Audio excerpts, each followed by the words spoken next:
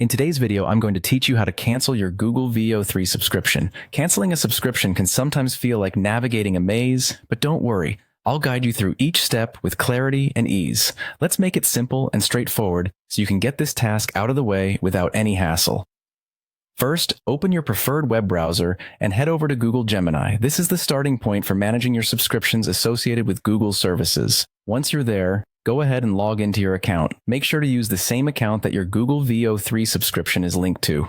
This step is essential to ensure you're accessing the right subscription details. If you have multiple Google accounts, a quick tip is to verify you're signed into the correct one by checking the avatar at the top right of your screen. It should match your subscription account. Upon successfully logging in, direct your attention to the top left corner of the screen.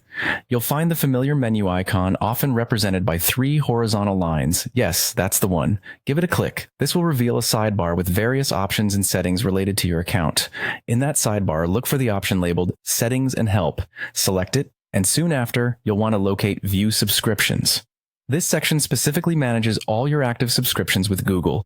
Clicking there will bring up a list of all the subscriptions associated with your account. Now, it's time to focus on your Google VO3 subscription. Navigate to the top right corner of this subscriptions page where you'll see the Settings icon. This will let you adjust the specific settings for each subscription, including cancellation options. Go ahead and click on it. Here comes the crucial part. Locate the option that says Cancel Membership. Once you've found it, select this option to proceed with canceling your subscription. It's at this point where you might be asked to provide feedback or a reason for your cancellation. Feel free to share your thoughts or simply skip ahead if you prefer. Finally, you'll need to confirm your decision to cancel. Often, this is a pop-up or a dialog box asking if you're sure you want to proceed. Acknowledge this prompt by confirming your choice.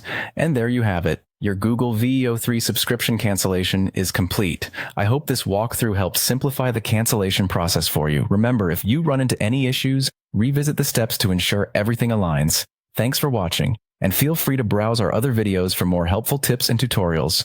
Until next time, take care.